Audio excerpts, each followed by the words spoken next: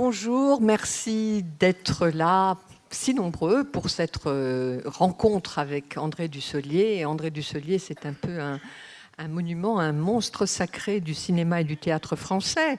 145 pièces, 145 films, 25 pièces, 3 Césars, un Molière pour Novecento, justement, que vous jouez actuellement au Rond-Point, et dont la carrière s'était interrompue à cause d'un vilain accident en scène qui vous a empêché de travailler pendant 1 an. Et là, vous allez le reprendre après le Rond-Point encore au Théâtre Montparnasse. Et pourtant, 45 ans de carrière, André Dussolier, vous n'avez quasiment pas changé. Toujours la même élégance distinguée à la française, matinée de Sacha Guitry et d'Alain Resnais. Toujours cette même voix grave, insinuante, parfois nasillarde, que vous envie même Denis Podalides, puisqu'il a parlé de votre voix dans son ouvrage sur la voix. Et pourtant, malgré cette douceur apparente, vous êtes capable, quand vous jouez, des ruptures les plus saisissantes. Vous avez été à la fois Staline et puis un homme d'extrême droite, un papy amateur de femmes et en même temps un diplomate très inquiétant. Tout ça récemment au cinéma.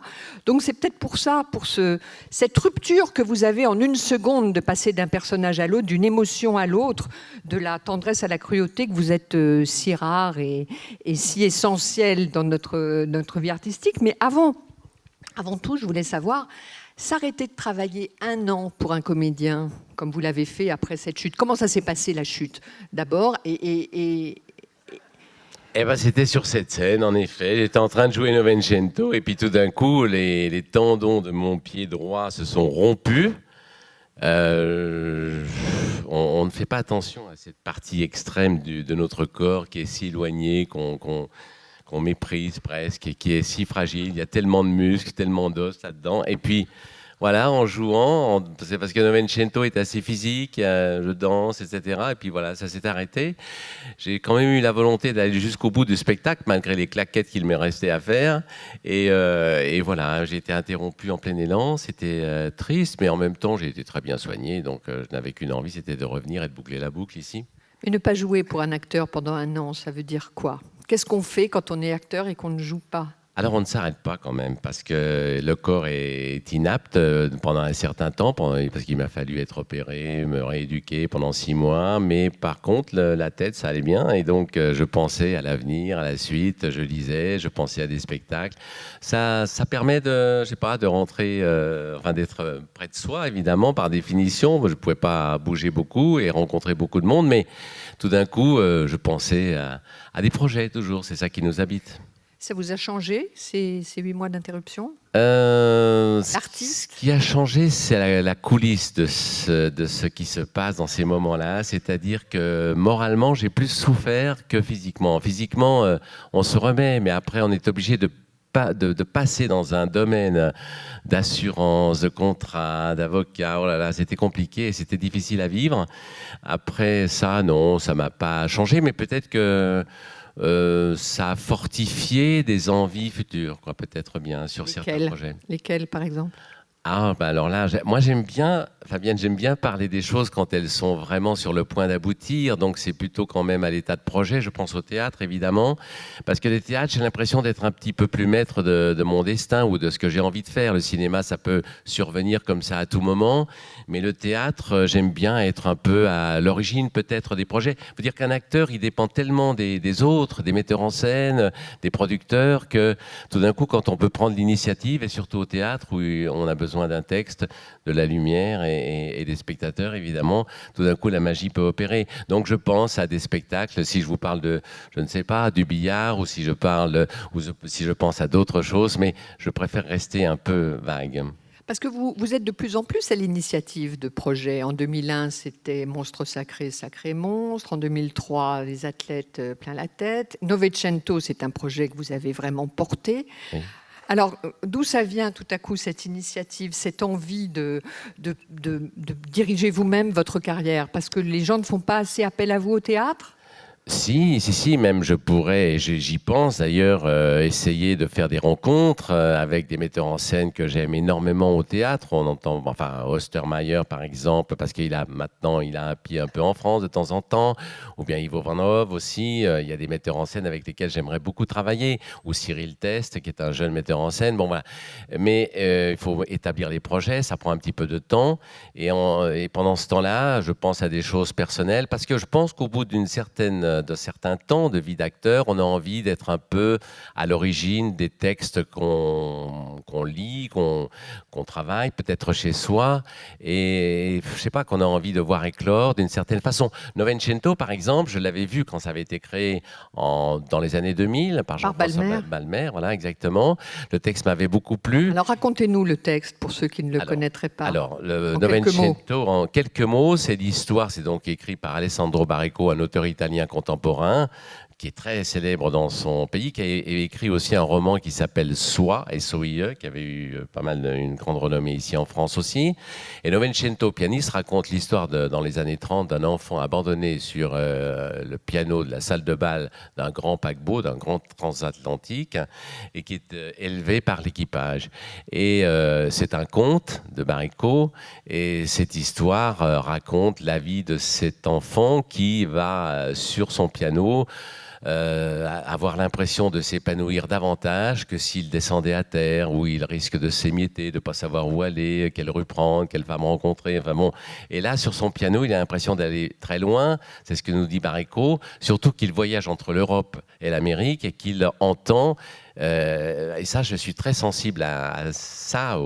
Moi qui ai fait des études et suivi un cursus assez classique, aux autodidactes. C'est-à-dire que, bon, ce Baricco, il entend Ravel, Debussy en Europe, ou Bach, puis il entend le jazz, Jerry Roll Morton en Amérique. Et du coup, il fait ce qu'il veut avec tout ça. Il s'amuse, il a une grande liberté. Et j'en ai connu quelques-uns, vous parliez de René tout à l'heure.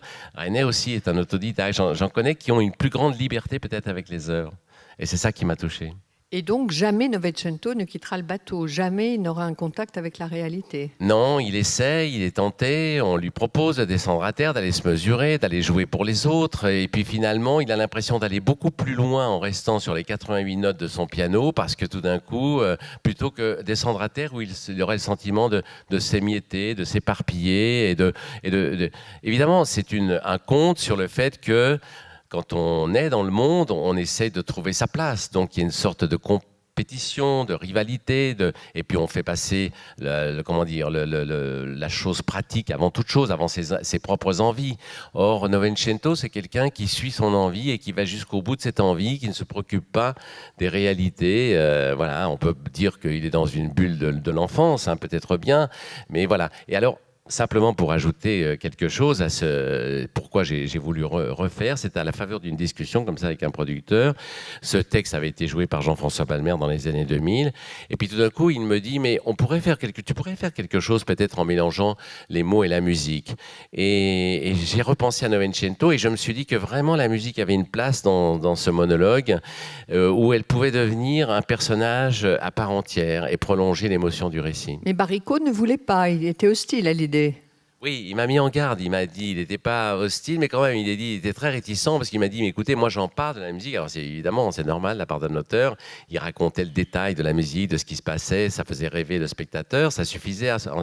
Il dit, moi, le meilleur spectacle que j'ai vu de Novecento, c'était en Finlande, où il y avait 3 notes de musique à la fin, c'était parfait, mais je comprends que l'auteur dise ça. Et puis, en fait, j'ai dit, mais non, je crois qu'il y a la place, j'aime pas la musique qui accompagne les mots, mais je pense qu'à certains endroits, elle peut être là et prolongée. Je pensais beaucoup encore une fois à René avec le film On connaît la chanson, où tout d'un coup la chanson faisant partie de nos vies, elle intervenait à la place des dialogues et des répliques. Il y a des points communs entre vous et Novecento ? Sans doute. C'est-à-dire que je n'ai pas été Novecento à mes débuts, parce que je suis descendu à terre, je suis venu à Paris, je me suis battu, etc., pour essayer de trouver ma place.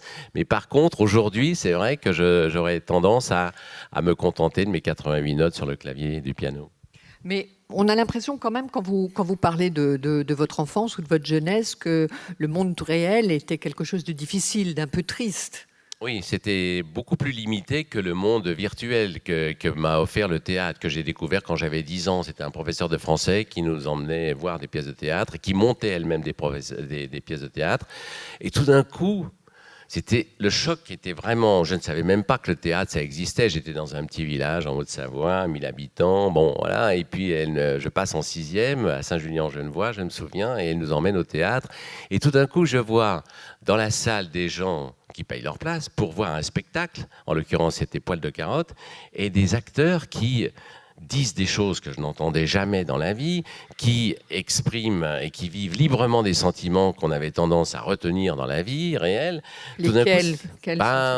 L'émotion en général, c'est vraiment, pour un jeune garçon, on dit, bon, Vous étiez tu vas fils pas unique, pleurer. non? J'étais fils unique, etc. C'était une éducation assez austère, on va dire. Bon, et j'avais 2 parents, ma mère était citadine et mon père plutôt de la haute montagne, et donc du coup, il y avait un mélange. Et il y avait percepteurs d'impôts tous les deux, non? Oui, exactement. Il travaillait dans les finances. Persécuteur, disait-on dans le village, mais pas du tout. Pas du tout, parce que percepteur, il délivrait les permis de chasse. Et dans le village, c'était très joli parce que les paysans n'ont pas la liberté de venir aux heures de bureau traditionnelles. Donc, il ouvrait la perception le dimanche. Il délivrait les permis de chasse, il payait des pensions. Et on était récompensé avec des œufs qu'on découvrait sur la fenêtre ou des salades. Enfin, voilà, cette époque, c'était dans les années 60. 50, 60. La Savoie, dans ces années-là, ça vous a apporté quelque chose à votre imaginaire d'acteur? Il n'y avait pas de vie professionnelle des acteurs. Il y avait un peu, je me souviens, parce que j'ai cherché. Non, mais en quoi ça a pu vous nourrir La comme Haute-Savoie artiste? Ouais, cette enfance-là, dans un village. En fait, je passais mon temps devant la fenêtre, quoi. Je regardais la neige tomber, je rêvais beaucoup. Et donc, du coup, j'étais prédisposé presque à aller dans un monde virtuel qui me paraissait beaucoup plus riche et attirant que le monde réel dans lequel j'étais, où j'avais l'impression qu'on se privait de savoir je sais pas, ce qui était à portée de main, la nature magnifique là-bas. J'en ai profité, mais en même temps, il n'y avait pas vraiment un dialogue, quoi. Le dialogue, il était instauré ou installé par les auteurs qui me donnaient un accès formidable à des choses importantes de la vie, essentielles, et vraiment, en allant sur scène, j'avais l'impression que j'avais une plus grande liberté que dans la vie réelle. Donc vous découvrez sur scène des sentiments que vous ne connaissiez pas forcément dans la vie. C'est pas que je les connaissais pas, c'est que je ne les exprimais pas, quoi. Il fallait les retenir, même rire ou pleurer, c'était des sentiments que les adultes même n'exprimaient pas trop. On était dans une sorte de non-dit perpétuel. C'était assez et donc un enfant est désarçonné devant la découverte des choses qu'on peut faire dans la vie et de pas avoir de dialogue, de rapport. J'ai l'impression de vous parler d'un monde très lointain. Non, pas du tout. Mais en fait, oui, c'est la capacité d'exprimer des choses, la liberté de le faire. Évidemment, moi, j'ai des enfants aujourd'hui. Les enfants sont quand même plus libres, peut-être, aujourd'hui. Oui, voilà, ils sont nés à Paris. Il y a une liberté qui vient très vite, très tôt, et donc l'échange se fait assez vite, et ils sont ouverts à toutes les informations, à tous les dialogues. Et donc, du coup, ça ne veut pas dire qu'il n'y a pas les mêmes soucis pour se réaliser, mais quand même, l'information était beaucoup plus fréquente qu'à mon époque où elle était vraiment... Elle venait au goutte à goutte. Oui, mais quand même, vous tardez, après ce choc de Poil de carotte, vous tardez à vous lancer dans le théâtre. Vous faites quand même des études classiques, vous nous avez dit, 2 licences. Oui, linguistique et de lettres modernes. Mais enfin, je vais au bout des études, en fait, pour me payer un billet de train, quoi. Je pensais vraiment au théâtre. Et à 18 ans, je m'étais renseigné, j'avais vu le TNS, etc., des écoles et tout, mais évidemment, c'est pas seulement les parents, mais c'est tout l'environnement là-bas qui disait mais tu vas débarquer, tu connais rien, etc. Et je me disais, si je n'ai pas acquis la liberté, peut-être, si jamais ça marche pas, de faire autre chose, je vais revenir vaincu et je ne retournerai jamais au théâtre. Donc j'ai voulu me payer la liberté d'aller au bout des études, qui me donnait peut-être une sorte d'assurance, entre guillemets, mais de quoi, je ne sais pas, mais enfin quand même, et parce que les diplômes avaient une certaine valeur à l'époque. Et puis je me suis, une fois que c'était obtenu, je suis parti à Paris pour tenter l'aventure. Et alors justement, quand vous arrivez à Paris à la fin des années 60, c'est dur. Vous rentrez assez vite au conservatoire, par exemple, Alors, assez vite à la Comédie Française. Je frappe à la porte du conservatoire et on me dit, Coco, il faut que tu passes des scènes. Là, à la rentrée, c'est dans un mois et demi. Ah, bon, comment je fais? Tu vas dans un cours, très bien. Quel cours? Alors, vraiment, j'étais naïf. Je connaissais juste l'intendant du conservatoire. Il me cite des cours et je vais chez Périmoni. Mais j'avais 23 ans et demi et Péri me dit... La date limite du conservatoire. La date limite, voilà, c'est 24 ans la date limite. Et il me dit, ne rentre pas au conservatoire tout de suite, tu vas être livré à toi-même, ça va être une catastrophe. Je ne sais pas pourquoi ces mots sonnaient vrais et je sentais qu'il avait raison et que j'avais besoin de travailler et d'apprendre. Et je lui dis, mais l'année prochaine, je ne pourrais pas rentrer au conservatoire. Tu n'as qu'à demander une dérogation. J'ai demandé une dérogation, j'ai obtenu. Et du coup, j'ai passé un an en cours qui était vraiment salutaire, une année salutaire. Vous êtes un gros bosseur, vous avez la réputation d'être un perfectionniste, André Dussolier. Alors, c'est quoi le travail d'un acteur? Bonne question, très bonne question. Parce que là, vraiment, moi, j'aimerais bien connaître les secrets de chacun et je pense que je regarde mes camarades, filles, hommes, acteurs ou actrices, et chacun, c'est très mystérieux, quoi. Évidemment, si je peux expliquer les choses par rapport à ce que je fais, le premier élément qu'on a, c'est le texte, quoi, dans une pièce ou dans un film. Et puis après, on essaie de s'approprier ces mots, comme si on avait à les dire comme si on était soi en train de les dire. Puis petit à petit viennent des images, l'imagination, les exemples de gens qui disent ceci plutôt que cela. On construit un personnage.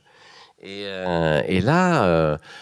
alors moi, pour moi, ce qui est très important, et il faut préciser aussi que moi, quand j'ai commencé, c'était l'émergence de tous les acteurs américains qui jouaient... Pacino, Hoffman, De Niro, qui se métamorphosaient d'un rôle à l'autre. Pour moi, c'était vraiment ça le métier Ça vous impressionnait? Ça m'a impressionné et j'ai trouvé que c'était... De changer complètement. Voilà. Oui, parce que ça devenait passionnant, parce que tout d'un coup, quand j'allais voir un film et que je reconnaissais même pas Sean Penn et que je le reconnaissais au milieu du film, tellement il était métamorphosé, c'est pas l'apparence physique, mais c'est la manière de jouer, d'être. Et je me dis, alors là, le métier d'acteur, c'est vraiment un métier de création, ça vaut le coup. Et parce que si on est là à reproduire toute sa vie le même personnage, c'est ennuyeux. Donc, du coup, ça m'a paru vraiment passionnant. Du coup, ça nous oblige à faire un effort. Et alors, en plus, par rapport à... Alors, ça, c'est une grande différence entre le travail qu'on peut faire quand on est acteur français et les acteurs anglo-saxons ou américains. C'est que l'écriture théâtrale et même cinématographique des acteurs américains ou anglais, elle est beaucoup plus économe. Nous, on a des auteurs qui font beaucoup parler leurs personnages. Donc du coup, on se retranche un peu plus vite derrière les mots. On a l'impression que les sentiments sont exprimés par les mots. Tandis que eux, ils sont obligés à la fois de dire les mots, bien sûr, ça fait passer le message, ça fait avancer la scène, mais aussi les silences. Les silences, pour moi, c'est capital. C'est comme l'écrin des mots et c'est comme si on pouvait donner au spectateur la possibilité de voir ce qu'on vit, ce qu'on pense. Et ça, je trouve ça passionnant, encore mieux que les mots presque. Donc Molière est plus bavard que Shakespeare, c'est pour ça que les acteurs anglo-saxons sont peut-être meilleurs, non? C'est vrai, parce que quand j'ai commencé, il y avait Pinter, alors lui vraiment c'est un orfèvre justement des silences et des mots, et il y a tout un travail que l'acteur peut faire pour justement dire ce que les mots ne disent pas, quoi, et qui complète un peu toute la situation, le non-dit.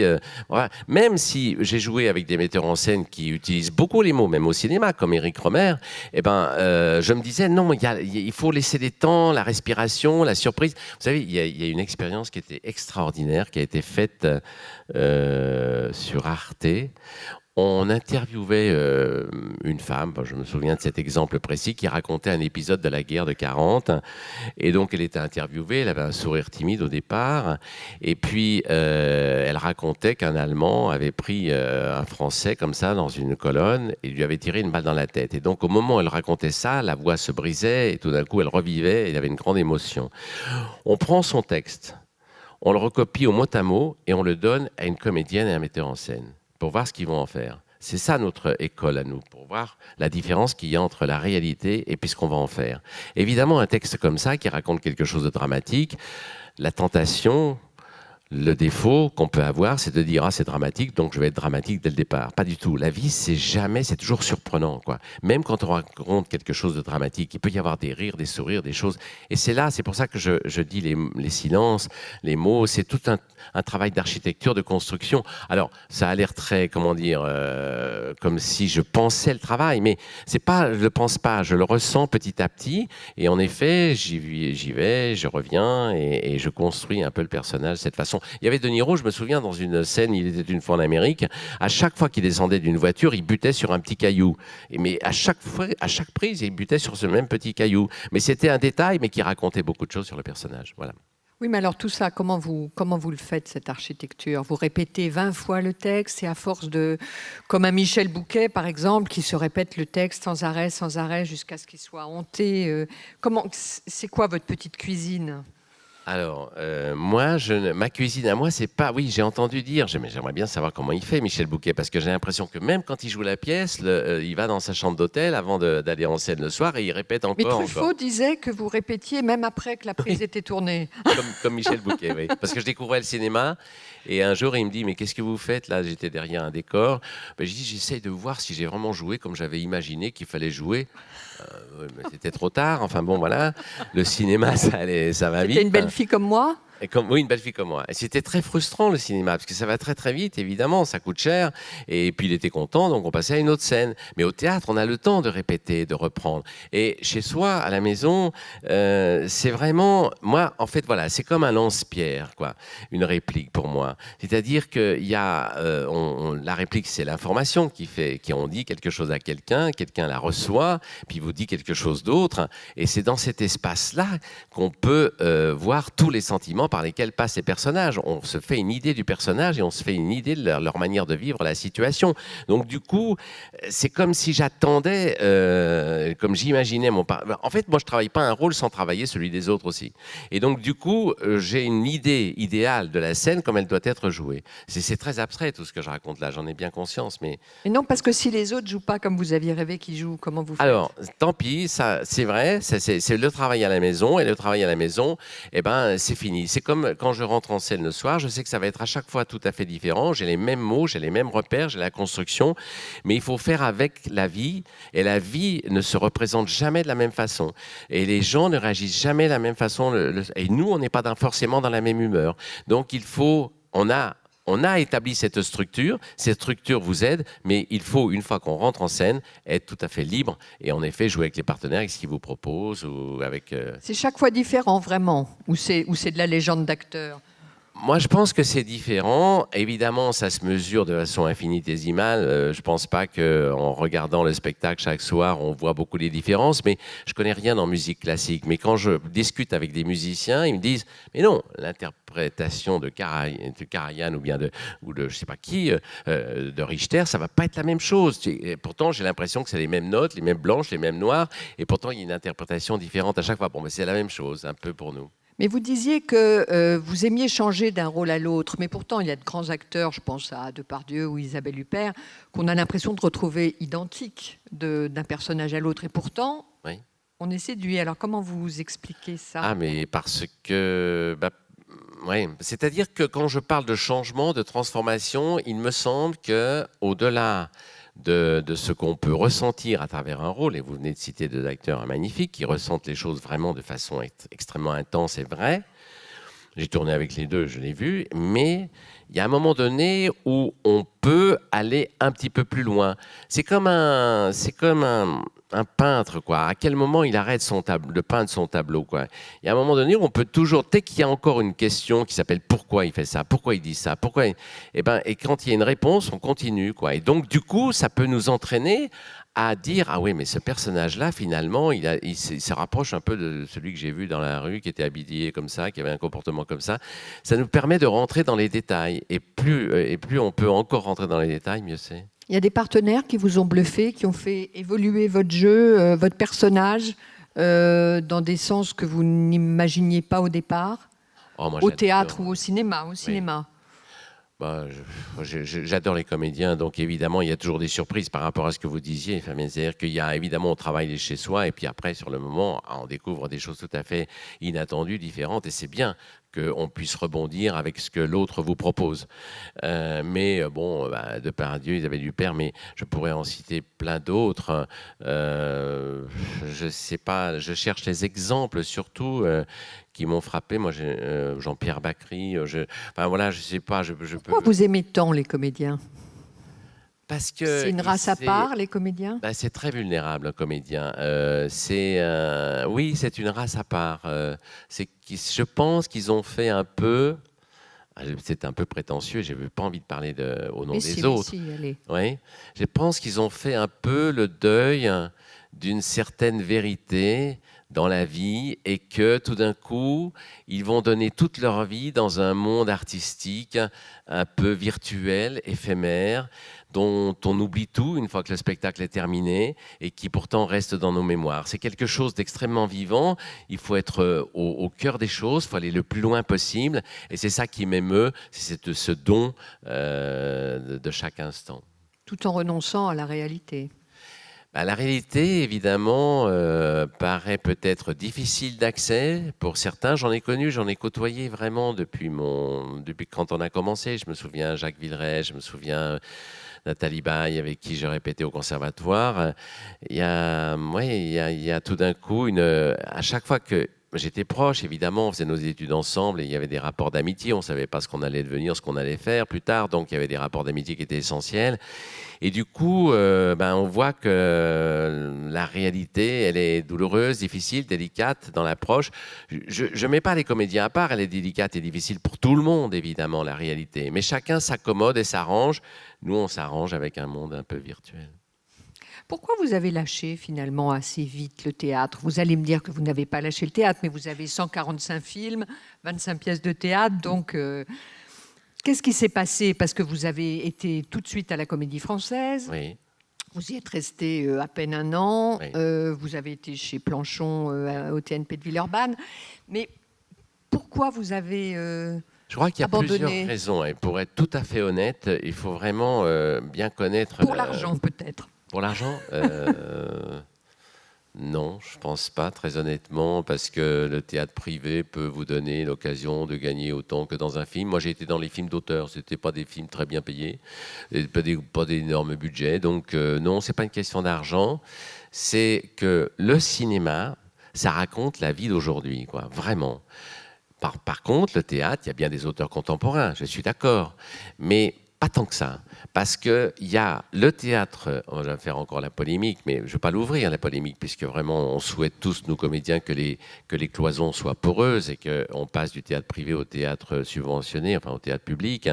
Là, je suis dans un théâtre où on peut... Alors là, typiquement, c'est Jean-Michel qui a créé ça, que je trouve magnifique, et qu'on peut jouer des auteurs contemporains. Et la réponse du public est importante, essentielle. Ça fait longtemps que dure cette belle aventure. Et vous parliez de Fournel tout à l'heure, à chaque fois qu'il y a des propositions, c'est beau de pouvoir les faire, quoi. Mais c'est assez rare. C'est-à-dire que dans d'autres théâtres publics, ça vient un peu de l'organisation. On a vu des grands metteurs en scène apparaître, c'est vrai, mais on avait l'impression, enfin moi j'avais l'impression, à certains moments, que j'étais, comment dire, le comédien du metteur en scène, quoi. J'avais moins l'impression... Au théâtre privé, par exemple, j'avais l'impression d'être le comédien d'un auteur et des auteurs contemporains. Comment vous expliquez ça? Les metteurs en scène dans le privé s'effacent davantage devant l'acteur? Oui, ils s'effacent. Je ne dis pas que c'est bien. Parce que c'est l'acteur, la tête d'affiche, qui fait venir le public. Il y a un peu de ça. Mais dans les années 70-80, il y avait vraiment des auteurs qu'on a découverts et que le théâtre privé a révélés. Beaucoup plus que le théâtre public. Et vraiment, je dis ça dans un théâtre qui est justement exactement le contraire. Vous pensez à qui? Vous pensez à Pinter? Je pense à Pinter, à Chisgall, moi j'ai joué Bergman aussi, scène de la vie conjugale avec Nicole Garcia. Ça me revient plus en mémoire maintenant, Albi. mais comment? Albi, absolument, La Chèvre, bon, même si... voilà. Mais s'il y avait toujours des aventures nouvelles avec des tas d'auteurs contemporains, et Ionesco, tout ça, ils sont nés au théâtre privé. Hein. Bon. Après, je ne dis pas que le théâtre public... non, je parlais de Cyril Teste tout à l'heure, donc il y a aussi des créations contemporaines, évidemment, et tant mieux. Mais c'était plus le règne du metteur en scène, quoi, au théâtre public, je pense. Et quel est votre rapport avec le metteur en scène, justement? Alors, Planchon, vous avez cité Planchon, je l'adorais, Planchon. Mais Planchon, alors voilà, c'est marrant d'en parler tout de suite. C'était à un moment donné, j'ai connu dans Et les par-dessus bord de Wienerwerk. voilà, par-dessus bord de Wienerwerk. Alors ouais, oui, ça, oui, à chaque fois, je trouve la contradiction avec ce que je viens de dire de Wienerwerk, c'est un auteur contemporain. Bon, et mais la différence, c'est que alors c'est une notion très importante. C'est que dans les années, c'était en 70, 72 exactement, eh bien, Planchon, avec qui j'ai eu des grandes discussions à ce sujet, disait le théâtre va mourir. Le théâtre va être battu par l'image, par l'afflux d'images de la télévision et du cinéma.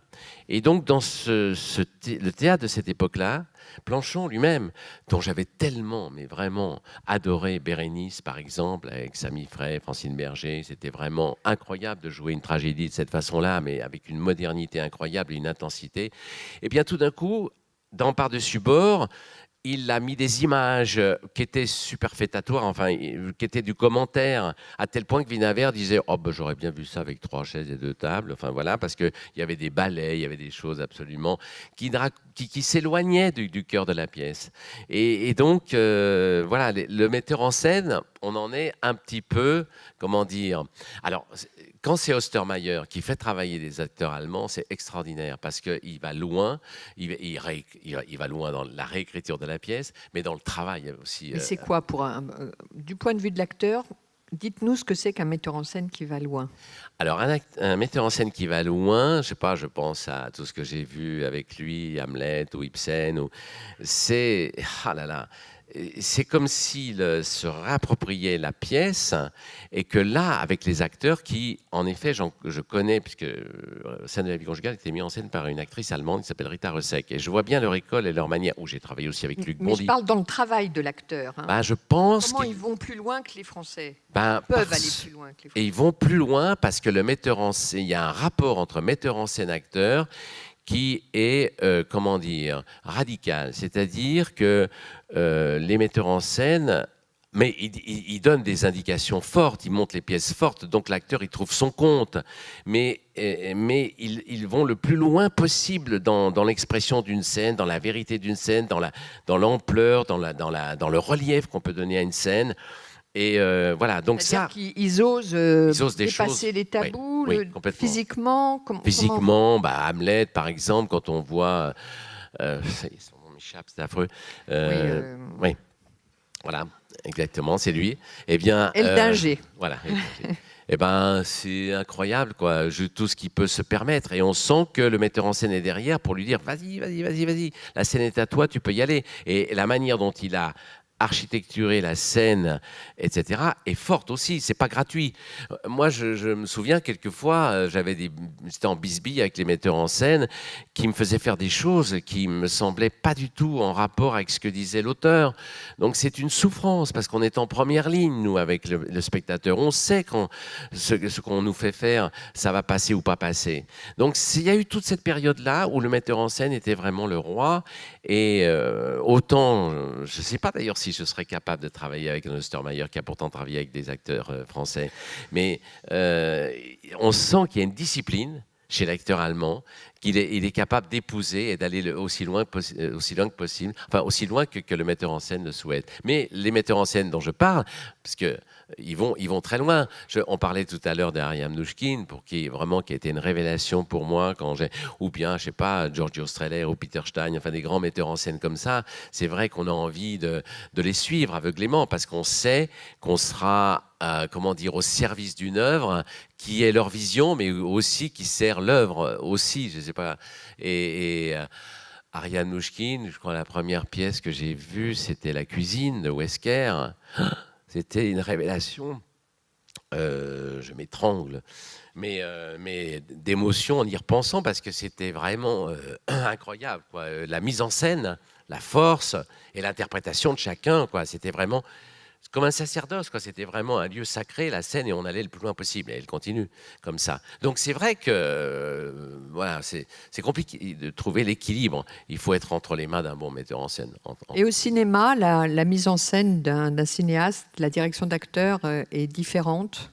Parce que ça va plus vite, c'est ce que... Ça va plus vite, oui. Et puis de toute façon, un metteur en scène, il est préoccupé, il n'est pas frontalement avec un acteur. René, par exemple, Oui. qui choisissait quand même ses troupes aussi, sa troupe, oui, parce que c'est vrai qu'il s'était constitué comme une troupe. Oui. C'était beaucoup d'acteurs de théâtre. Alors comment il dirigeait? C'était pour le cinéma, mais c'était un homme qui était passionné par le théâtre. Comment ça se passait? Eh bien, la première fois sur le rôle le plus important pour moi, c'était Mélo. Eh bien, on n'avait pas beaucoup de jours de tournage, on avait 23 jours. Donc, il fallait vraiment qu'il anticipe et qu'on a fait des répétitions pendant 23 jours aussi. Donc, il avait tout en tête. Il avait tout en tête. Le décor était tracé au sol avec des bandes blanches comme ça. Et puis, il savait qu'à tel moment, la caméra serait sur tel acteur, puis à telle phrase, elle serait sur l'autre. Donc, le montage était déjà fait. Et on a répété avec lui.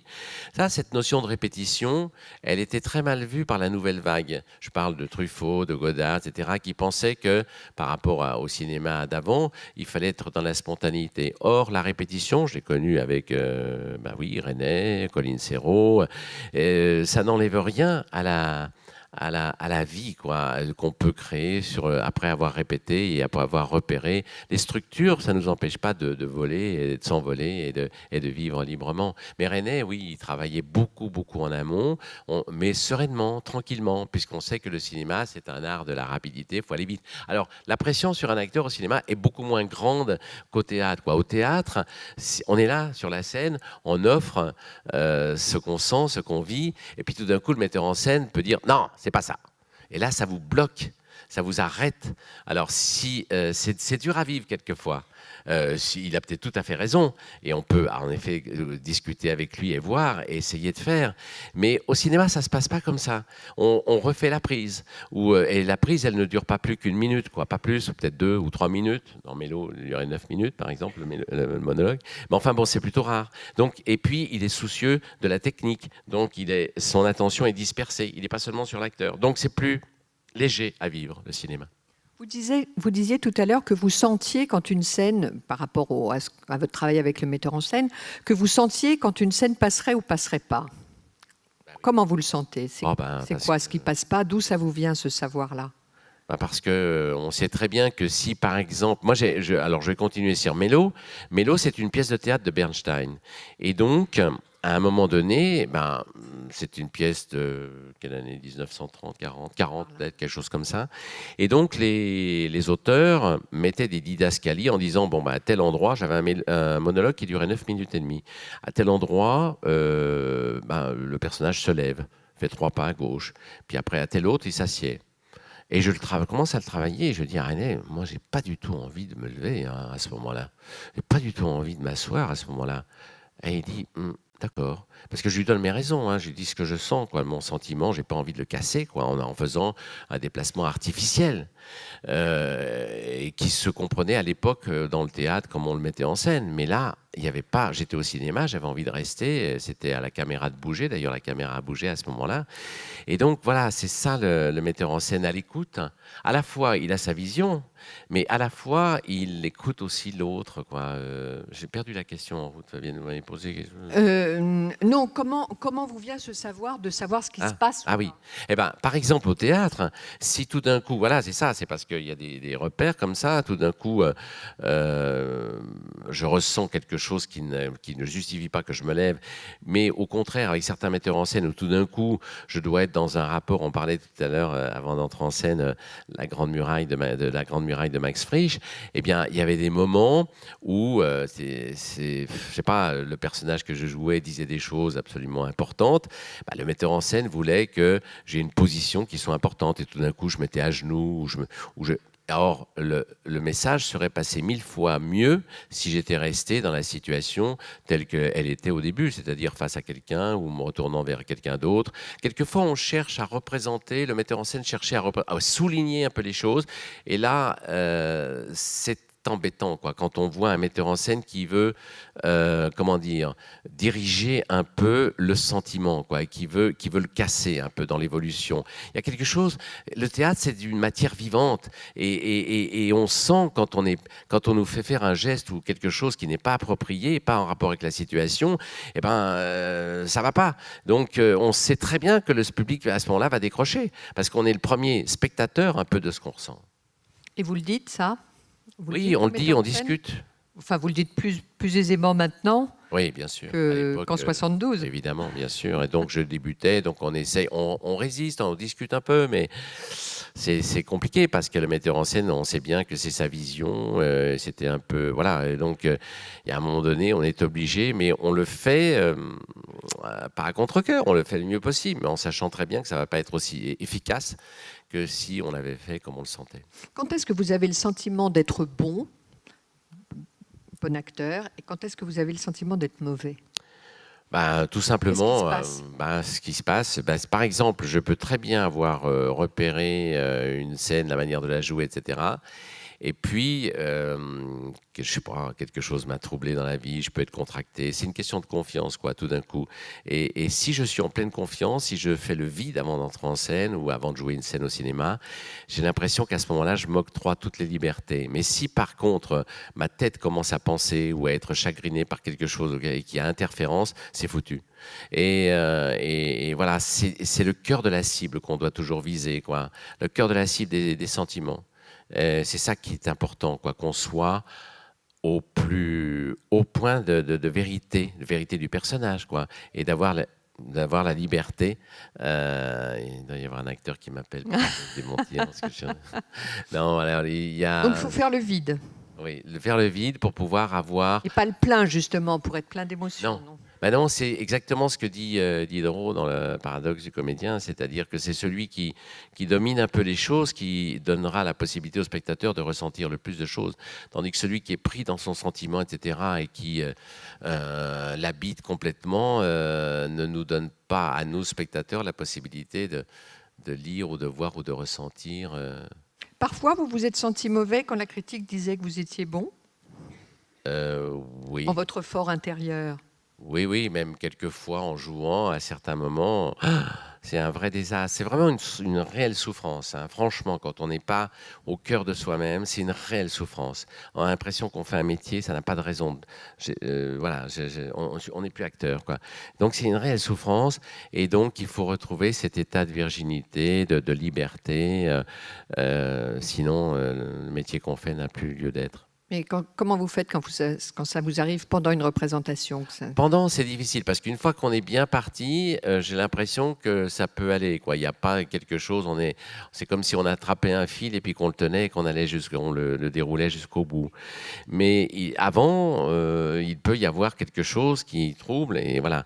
Mais comment on fait? Alors, quelquefois, c'est vrai, on nous dit souvent ça, mais non, je te jure, c'était drôlement bien ce soir, etc. Ou même des gens qui participent à la pièce, des partenaires. Non, c'était bien ce soir. Donc, on peut avoir une sensation, nous, qui n'est pas forcément celle qu'auront les autres. Vous travaillez beaucoup la voix. Vous avez fait, enfin, j'entends, vous faites beaucoup de radio. Ah oui. Vous avez fait la voix off d'Amélie Poulain, par exemple. Vous avez enregistré, vous étiez remarquable, Proust, Ah oui. La recherche du temps perdu. Je l'ai beaucoup entendu.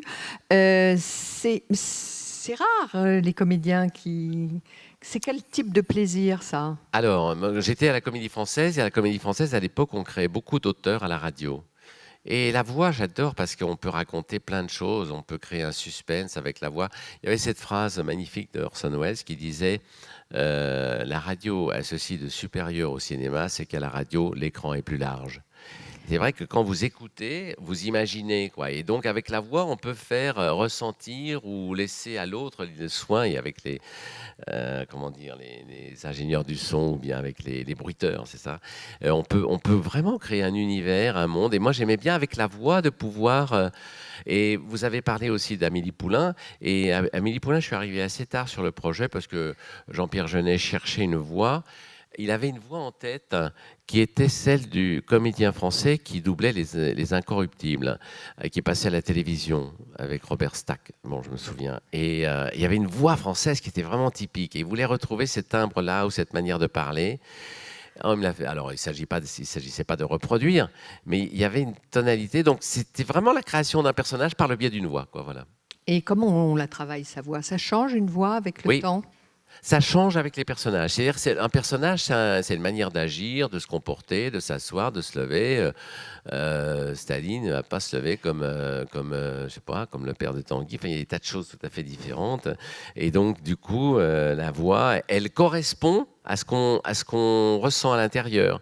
Évidemment, on ne peut pas faire des nuances, on ne peut pas sortir du timbre habituel de sa voix, mais quand même, il y a des nuances, quoi. Il y a des nuances. Je suis sûr que dans certains rôles, j'ai pas la même voix, même si moi, je peux le mesurer à quelques nuances et millimètres près, mais quand même, ça correspond vraiment au personnage. Une voix, c'est vraiment... D'ailleurs, tiens, ça me fait penser qu'on a la voix de nos vies, quoi, la voix qui correspond à nos vies. D'ailleurs, la voix qu'on peut avoir ou que je pouvais avoir en 72 n'a rien à voir avec celle d'aujourd'hui. C'est normal, on évolue, on grandit. Puis le théâtre aussi fait... Voilà, il y a pas... Quand vous disiez vous travaillez la voix, je pensais que c'était... Mais je travaille avec ma voix, oui, c'est vrai. Bien sûr, oui. Voilà. Pas faire de la voix. Oui, c'est ça. Mais une voix, ça... Comment vous la qualifieriez, l'évolution de votre voix, alors? Alors, je pense que c'est un peu... Moi c'est votre instrument, hein? Oui, c'est l'instrument Et principal. vous avez encore une voix, alors que rares sont les comédiens maintenant, les jeunes comédiens, à avoir une voix assez singulière. Alors, la voix, je ne sais pas pour chacun de vous qui êtes là, mais sa propre voix, c'est difficile de l'entendre, de savoir, parce qu'une voix, c'est pas seulement une tessiture, c'est aussi la façon de moduler les mots, etc. Et ça m'a tellement intrigué à un moment donné que j'ai demandé à un orthophoniste, je dis, mais qu'est-ce que c'est une belle voix? Et il me dit, c'est une voix sincère. Ça m'allait très très bien parce que c'est vrai que, je sais pas, quand j'entends Brel ou quand je pense qu'une voix... Alors, c'est vrai que l'évolution d'une voix, c'est peut-être aussi ça, c'est-à-dire que plus une personne grandit, vieillit, etc., avance dans la vie, plus sa voix, je pense, va devenir, va lui appartenir, quoi, à sa personnalité. C'est vraiment la couleur de la personne, quoi, une voix. Je pense, c'est une manière qui traduit vraiment ce qu'on est. Est-ce que vous avez des questions à poser à André Dussolier? Je vais ouvrir le bal. Ah oui, Jean-Michel.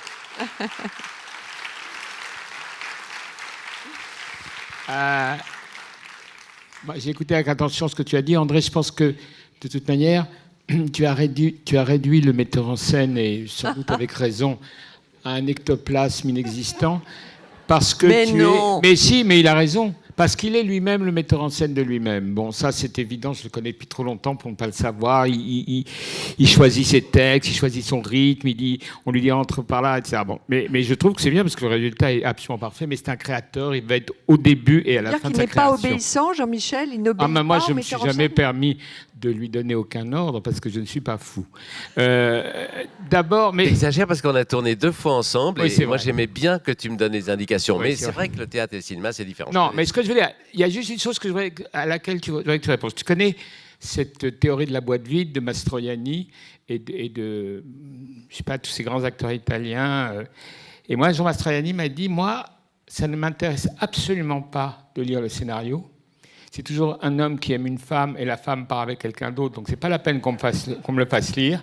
Moi, je veux un type qui me fasse des bonnes spaghettis. Et quand je tourne avec Fellini, je lis et je fais ça va bien, je t'aime. Et c'est juste, et c'est ça. C'est-à-dire que c'est exactement le contraire de la concentration, de la préparation, du recherche, du rythme, du silence. C'est la spontanéité. J'aimerais savoir comment tu ressens cette pratique qui est évidemment l'envers de tout le théâtre américain, de tout le théâtre de trucs studio. Je sais pas, parce que moi, je trouve que tu es toujours...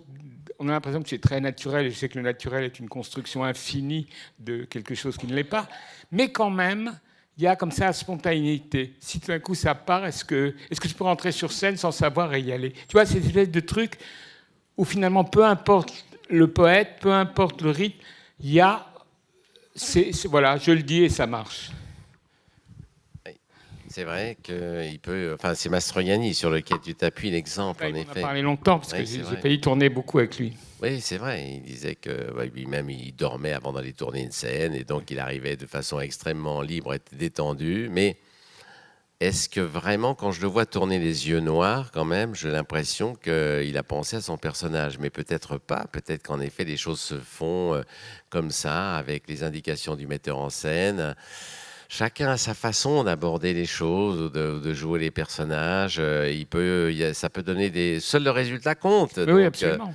Donc, en effet, ça mais peut... c'est par rapport à toi, je veux dire. Par rapport évidemment, le résultat est le même. On croit que vous êtes tous les deux aussi naturels, seulement eux, il refusait absolument. Moi, je me souviens de Richard Berry, un jour, que j'ai rencontré à 2h du matin autour du Luxembourg avec un imperméable, et je lui dis, salut, qu'est-ce que tu fais? Il dit, je vais jouer un type qui tue dans le Luxembourg à 2h du matin avec un imperméable. Donc il tournait toutes les nuits. Mais il ne l'aurait pas connu, il aurait fait ça en veston. Et je veux dire, Mastroianni, ça aurait été ça, quoi. L'impréparation est-elle aussi, la spontanéité n'est-elle pas aussi le ferment? Si, bien sûr. Mais Pacino disait par exemple qu'il avait beaucoup plus de mal à jouer des personnages qui étaient proches de lui que des personnages qui étaient très éloignés de lui. Parce qu'il y a toute une part d'imagination, de création. Je veux dire, si je joue Staline, je ne peux pas arriver comme ça, en sortant de ma chambre, et paf, je joue Staline. Staline, non. Il avait une façon d'être. Enfin, excuse-moi, Jean-Michel, parce que j'exagère. Je prends un exemple un peu excessif. Staline, c'est l'exemple même de l'imitation, parce que c'est un personnage historique connu. Tu peux pas arriver en Bermuda avec des palmes. C'est vrai. Sûr. Mais en même temps, oui, exactement. Et donc, j'étais bien obligé de regarder. On n'a pas beaucoup de films sur Staline, mais il a une façon de marcher, de se comporter. Donc, évidemment, il fallait que je m'en rapproche. Et dans le travail, il fallait que je me lève le matin et que j'essaie de vivre comme Staline, en épluchant les carottes ou en buvant mon café. Donc, il y a tout un travail de préparation comme ça. Mais c'est vrai que sinon, on peut, sur certains rôles, arriver avec une grande décontraction. Je ne te dis pas d'ailleurs qu'à certains moments, avant que le moteur soit déclenché, je connais beaucoup d'acteurs et je fais comme eux, en train de plaisanter, de faire des choses, mais c'est pour retrouver une sorte de liberté, de décontraction, comme Mastroianni. Là où tu avais raison, c'est sur les silences, parce que je pense qu'il y a ce que disait Duchamp quand il disait l'œuvre est faite par celui qui la regarde. Le silence permet au spectateur de se raconter une histoire, le permet de devenir auteur avec toi, et ça, c'est magnifique. Voilà. Et je pense que c'est vrai que c'est la différence qu'il peut y avoir entre nous et les acteurs américains. Madame? Ah oui, attendez, ça va venir. Un micro pour madame. Voilà, levez la main, madame, effectivement. Voilà. Merci. Je voulais vous dire que vous avez... Non, là, voilà. Très bien. Vous avez une excellente diction. Est-ce que vous donnez des masterclass ou enfin, parce que les comédiens de plus jeunes, disons, n'ont pas cette diction, ce phrasé, ces silences. Et ça me perturbe beaucoup. Quand je vois une pièce ou même au cinéma, quelquefois, est-ce que vous donnez des cours de diction? Non, pas du tout. Pas du tout, mais... Parce que j'ai un fils comédien, je voudrais vous l'envoyer. Mais pourquoi ça s'est perdu alors Bonne question aussi. C'est vrai, moi je supporte pas, même au cinéma, vous avez raison de le dire, de pas comprendre, quoi. Il y a l'impression que peut-être que le théâtre est une école qui nous forme et qui nous oblige par définition. Il y a 750 personnes dans la salle, on doit être entendu des 750. Pour faire passer un sentiment, pour que le spectateur... Moi, j'aime bien être totalement paresseux et passif quand je suis dans une salle et j'ai envie d'être saisi, quoi. Donc, j'ai pas à faire d'efforts, ni d'audition, ni de quoi que ce soit. Donc, alors, moi, j'avais été dans l'excès contraire, un peu marqué par, je me souviens, de ces habitudes à la Comédie Française qui sont peut-être générées par le théâtre qui était particulièrement difficile. Quand j'entendais Jean-Paul Roussillon ou Michel Aumont, on avait l'impression qu'ils appuyaient sur les mots, qu'ils les... Bon, alors, quelquefois, ça peut avoir des déformations dans l'autre sens. Mais je trouve que c'est la moindre des politesses, ou enfin le premier devoir d'un comédien de se faire entendre partout. Puis de toute façon, c'est pas tellement une question morale, hein, ça n'a rien à voir avec ça, pas seulement. C'est une question je crois que si on veut exprimer un sentiment, quand on est dans la vie et qu'on est habité par quelque chose, eh ben, évidemment... Tous les mots, toutes les syllabes d'un mot sont pleines, sont remplies, quoi, de l'air qu'on jette comme ça. Et donc, c'est normal et c'est assez naturel. Alors, peut-être que les jeunes n'ont peut-être pas la formation du théâtre et peut-être que c'est quelque chose qui va se développer. Mais aussi, ça vient du fait que je le sais parce que j'ai des enfants, j'ai un fils comme ça. Quelquefois, je veux bien me faire passer pour sourd à ses yeux, mais c'est pas grave. Mais je dis, mais t'as dit quoi? Il était à 50 cm de moi. Mais ils ont une façon de parler, peut-être que j'avais d'ailleurs quand j'étais jeune et que j'avais leur âge, mais voilà, c'est plus rien n'est articulé, plus rien c'est mou, et on n'entend pas, quoi, on comprend pas. Mais c'est ça qui est terrible, c'est qu'on comprend pas, quoi, ça nous parvient pas. Mais c'est pas tellement, si on fait l'effort. Peut-être qu'il faut exprès. Comment? Peut-être qu'il faut exprès. C'est un genre, oui. Alors, Dieu sait que... Non, mais c'est un genre... Je ne pense pas que s'ils adoptent un genre. Je crois que c'est une sorte de volonté d'être naturel avant tout. Donc, naturel veut dire... Oh, je ne fais pas d'effort. Je ne veux pas, justement, sculpter les mots. Et je ne les sculpte pas, moi. Je n'aime pas ça. Je ne fais pas un travail extérieur. Je veux que ce soit les sentiments qui habitent les mots et les syllabes et les consonnes et les voyelles. Mais eux, ils auront l'impression d'être une sensation personnelle, d'être plus naturels s'ils ne font pas d'effort. Or, moi, j'adore Pomera, vraiment. Mais il a introduit au théâtre, Fabienne, le micro, quoi. Donc, et ça se justifie dans les spectacles qu'on voit, je comprends. Mais quelquefois, ils vont très très loin parce que même avec un micro, je les entends pas. Non, mais c'est vrai. Et pourtant, j'adore les spectacles. Hein. Vraiment, tout ce que j'ai vu jusqu'à maintenant. Mais qu'est-ce que vous pensez du micro? Parce qu'il n'est pas le seul maintenant. Alors, ça a envahi les scènes, le micro. Je suis très mal placé pour parler maintenant parce que j'utilise un micro dans le Novecento, mais pour une raison essentielle, c'est que je suis avec des musiciens et que les instruments de musique sont eux-mêmes équipés de micros. Je ne pourrais pas lutter avec ma voix seule contre ça. Donc, je suis obligé de m'aider d'un micro. Mais moi, j'aime pas. J'aime pas le micro parce que, comment dire, pourtant j'adore Pomera et je comprends sa démarche parce qu'il y a une envie peut-être que le théâtre soit comme au cinéma presque d'une certaine façon. Et il y a quelque chose d'ailleurs de très cinématographique dans son écriture. J'aime beaucoup ça parce on sent que c'est un auteur d'aujourd'hui, quoi, dans l'ellipse, dans la manière de présenter les choses, dans la manière dont évolue la pièce. Mais voilà, il ne faut pas que le confort technique soit un désavantage humain. Je ne sais pas comment dire. Une autre question, monsieur et monsieur, puis on arrêtera là parce que je crois qu'on a un peu dépassé. Monsieur. Oui, bonjour. Au cours de la rencontre avec René de Obaldia, ce grand monsieur a raconté une anecdote survenue à Michel Simon lorsque celui-ci jouait dans sa pièce du vent dans les branches de Sassafras. Il arrivait assez souvent, paraît-il, à Michel Simon de mélanger le texte qu'il était censé dire avec d'autres textes de ses films ou de ses pièces. Alors peut-être que Michel Simon était un cas particulier, ou est-ce que c'est un risque qui concerne tous les acteurs, vous en particulier, qui, je suppose, avez un tas de textes en mémoire? Avec tout ce que je viens de vous dire, non mais alors j'admire énormément Michel Simon. C'est-à-dire que ce qui est même frappant, c'est que quand on remonte au film où il a tourné, je pense à Notre promène donc pas toute nue de Feydeau, etc.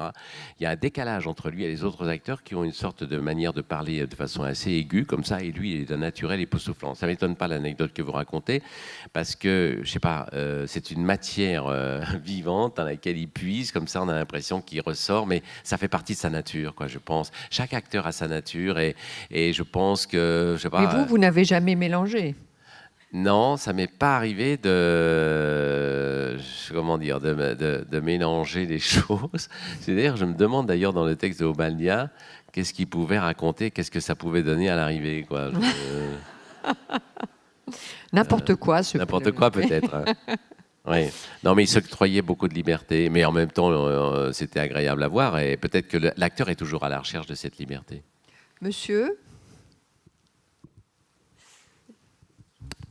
ce sera notre dernière question. Merci.